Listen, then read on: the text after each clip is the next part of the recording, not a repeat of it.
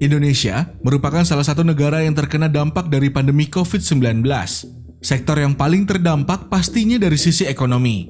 Menurut hasil Badan Pemeriksa Keuangan atau BPK, pandemi COVID-19 telah meningkatkan tren kenaikan utang pemerintah Indonesia, sehingga berdampak pada peningkatan resiko pengelolaan fiskal. Hasil review menunjukkan bahwa pandemi COVID-19 telah meningkatkan defisit, utang, dan silpa yang berdampak pada peningkatan resiko pengelolaan fiskal, tulis Badan Pemeriksa Keuangan. Dalam laporan APBN, Kementerian Keuangan mencatat posisi utang pemerintah per Oktober 2021 mencapai 6.687 triliun rupiah. Utang negara tersebut setara dengan 36,69% produk domestik bruto dan posisi utang meningkat tajam sebesar 809,57 triliun rupiah sejak September 2020.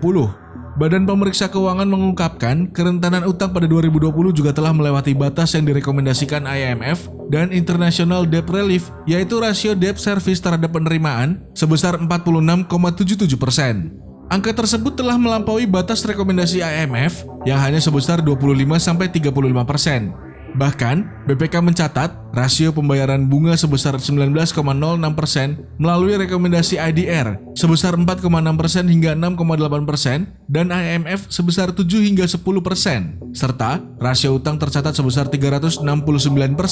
Itu juga melampaui rekomendasi IDR sebesar 92-167% dan IMF sebesar 90 hingga 150%. Untuk itu, menurut Imanuddin, ekonom Indef, pemerintah diharapkan dapat melakukan konsolidasi fiskal dan mengerem berbagai belanja negara.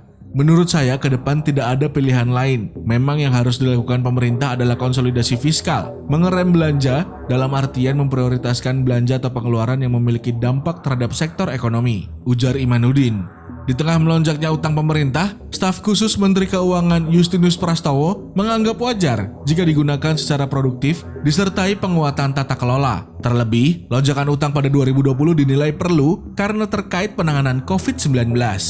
Betul bahwa utang meningkat, terutama 2 tahun terakhir. Namun, selama 6 tahun terakhir, praktis kita bisa mengejar berbagai hal positif, alokasi atau belanja untuk pendidikan, kesehatan, infrastruktur, dan perlindungan sosial itu naik signifikan, ujar Justinus Prastowo.